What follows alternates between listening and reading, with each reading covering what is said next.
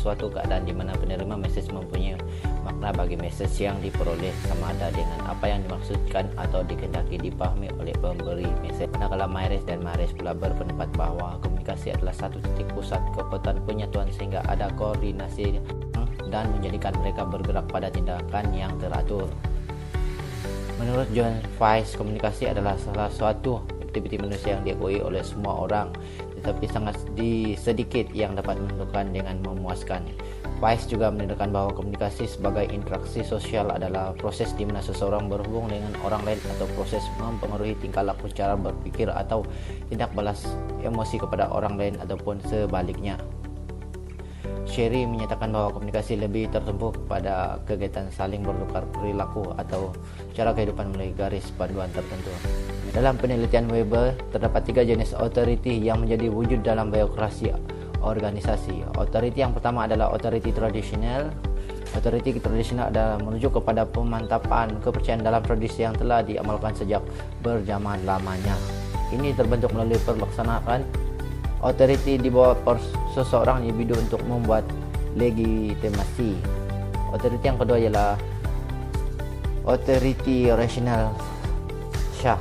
Authority rational Shah merujuk kepada kepercayaan dalam legality sebagai corak dalam peraturan normatif dan mengangkat kebenaran dalam authority seperti isu-isu berkenan arahan.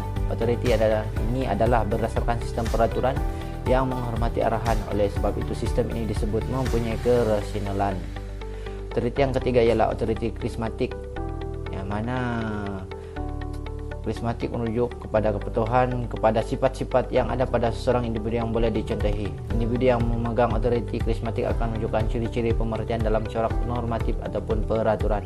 Authority ini juga melibatkan kualiti luar biasa yang ada pada pemimpin di mana arahan tidak terikat kepada penghormatan dan kesetiaan.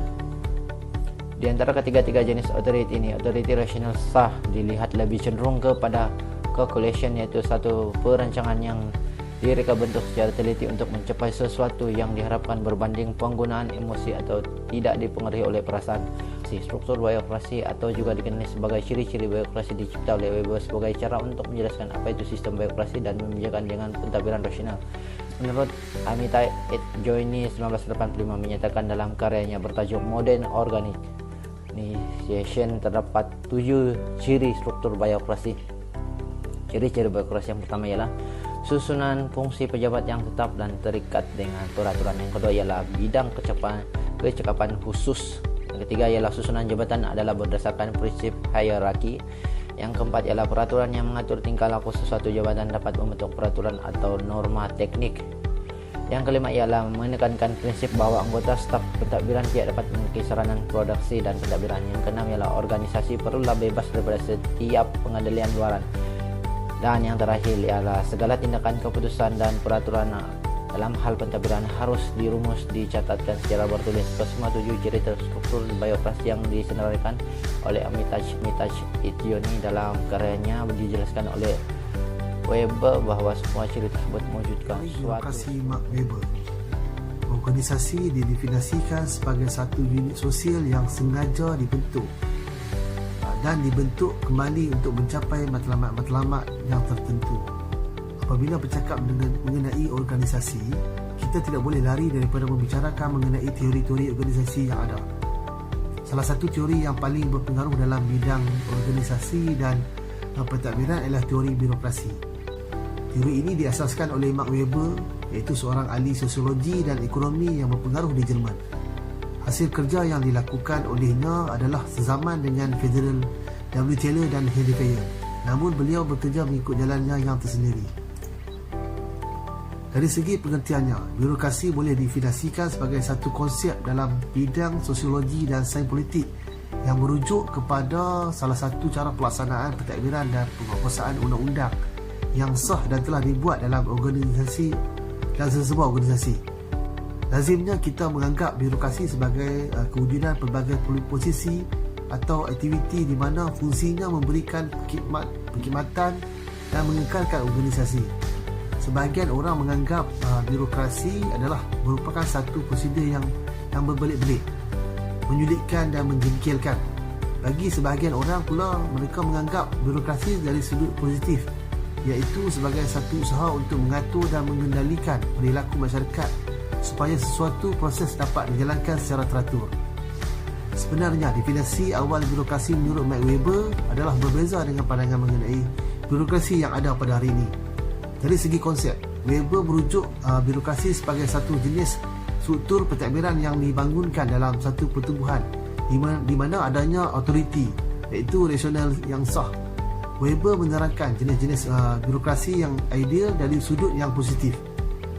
Beliau menganggap organisasi birokrasi adalah organisasi yang lebih rasional dan lebih cekap. Jenis birokrasi yang ideal termasuklah tidak ada jenis autoriti atau hubungan yang lain, tidak mempunyai persahabatan dan permusuhan, tidak mempunyai komplot, dan tidak mempunyai badan jawatan kuasa. Sesuatu birokrasi yang dikatakan adil hanya wujud apabila individu memberi dan menerima arahan sebagai satu peraturan dalam sistem rasional. Weber juga berhujah bahawa jenis birokrasi yang adil memerlukan alat pentadbiran yang sukar. Sifat-sifat alat pentadbiran ini termasuklah ketetapan, kepantasan, tidak ada kekaburan, mempunyai pertimbangan, mengedepikan kepentingan, tidak ada perselisihan, langkah penjimatan, kesinambungan dan Okey, birokrasi dalam negara. Birokrasi awam dalam konteks Malaysia sangatlah berkait rapat dengan sistem pentadbiran awam di mana ia telah memainkan peranan yang sangat penting dalam pentadbiran negara, pembangunan ekonomi, sosial dan proses modernasi di negara ini. Kemajuan negara sejak Tanah Melayu mendapat kemerdekaannya pada tahun 1997 tidak mungkin menjadi kenyataan tanpa kebolehan profesionalisme dan dedikasi yang ditunjukkan oleh kaki-tangan kerajaan. Bermula pada zaman penjajahan British, dua tujuan utama pentadbiran awam ketika itu adalah untuk mengekalkan undang-undang dan keamanan selain berfungsi untuk mengeksploit sumber asli di negara ini. Dari segi mutu perkhidmatan pula, contohnya pada tahun 1 Jun 2011, Kementerian Penerangan Komunikasi dan Kebudayaan dan agensi-agensi di bawahnya menggantikan sistem pengaduan yang dikenali sebagai e-aduan ketika itu kepada sistem pemantauan aduan agensi awam bersepadu atau ISPAAA. Sistem yang dibangunkan oleh Biro Pengaduan Awam Jabatan Perdana Menteri merupakan satu platform sistem pengurusan aduan yang seragam dan bersepadu yang menggunakan pendekatan 3R, iaitu responding, recording dan reporting. Sistem ini secara langsungnya akan mempercepatkan proses menguruskan setiap aduan orang awam, iaitu dalam tempoh 14 hari waktu bekerja.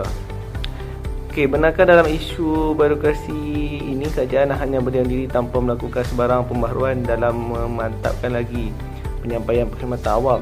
Jika disorot kembali sejarah perkhidmatan awam, banyak langkah dan usaha yang telah diambil oleh kerajaan dalam usaha meningkatkan mutu perkhidmatan awam sekaligus mengurangkan kerenah birokrasi awam. Secara ringkasnya, dapatlah disimpulkan bahawa teori birokrasi yang diperkenalkan oleh Max Weber telah memberi kesan yang besar dalam bidang organisasi dan pentadbiran. Seperti juga teori-teori organisasi yang lain, objektif utamanya adalah untuk mencapai kecekapan dan efisien dalam kerja.